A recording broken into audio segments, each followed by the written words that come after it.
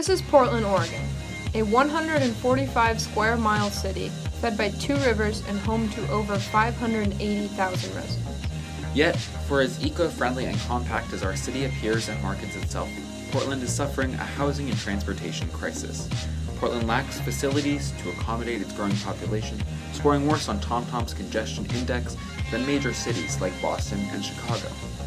For the swelling thousands of people who have to live and function in different parts of the city thanks to rising housing costs, over 200% in the last 7 years, this is a nightmare. Portland has been working for years to get drivers out of their cars, yet 70% of Portland commuters still drive to work, with almost 1 million vehicles registered, while only 6.3% bike. Portland's proposed Green Loop plans to help remedy these issues by providing a safe, easy way for foot and bike traffic to move throughout Portland city center, separate from vehicular traffic. This presents major challenges, as changes to Portland's core could have far-reaching impacts on the rest of the city. To better understand the potential impacts of the Green Loop, our group focused on housing in the park blocks in southwest Portland. Portland's proposed pathway would follow Park Avenue through this area, eventually crossing the Willamette at the Tillicum Crossing. In order to maximize the utility of the Green Loop, we decided to look at what problems existed in the park block areas, in order to establish an idea of what problems most needed to be solved. We collected data on foot and vehicular traffic in the park, followed by how buildings in this area are currently utilized. This visual data collection showed most prominently how few housing complexes exist. This was then backed in interviews conducted by asking what part of Portland commuters lived in, the transportation method they used to commute, and the reason they're spending time in the park blocks. Southwest, Goose Hollow right now. The Beaverton area. 2 buses in 2 hours. Car, I used to take a transit. I walk. Business owner. So I walk at the waterfront every weekend. Just work. Through this data collection, we realized the unique challenges that the park blocks present. As we discovered, housing in the area is extremely limited, with only a few mixed-use buildings and dorms.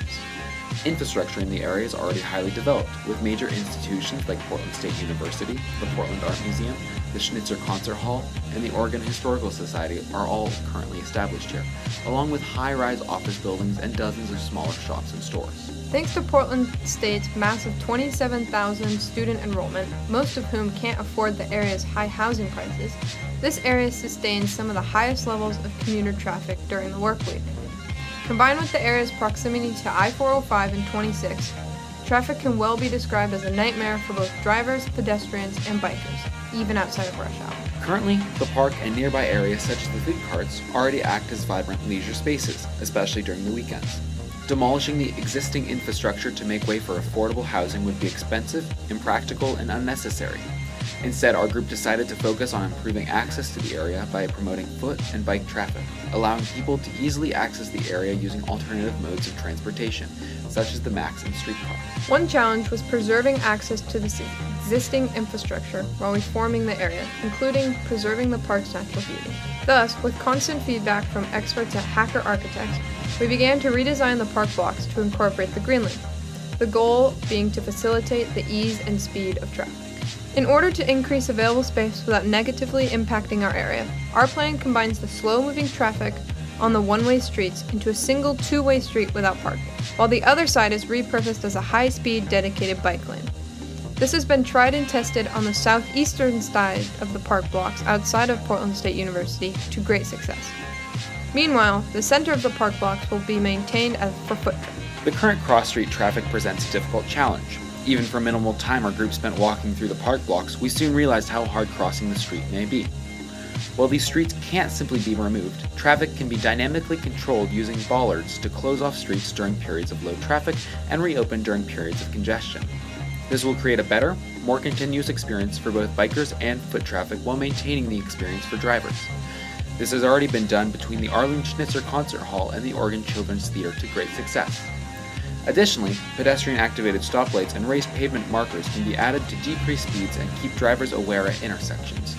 For streets where bollards are not implemented, as some streets will need to remain open at all times, bridges can be added to keep the high-speed bike traffic flowing, with the same pedestrian safety measures added for foot traffic. In order to best improve the city, the Green Loop must be implemented in a manner that serves the entire city, not just a privileged few. We believe this can be most effectively accomplished by creating a pathway that allows access to the city for bikers and walkers in a safe, vehicle-free environment.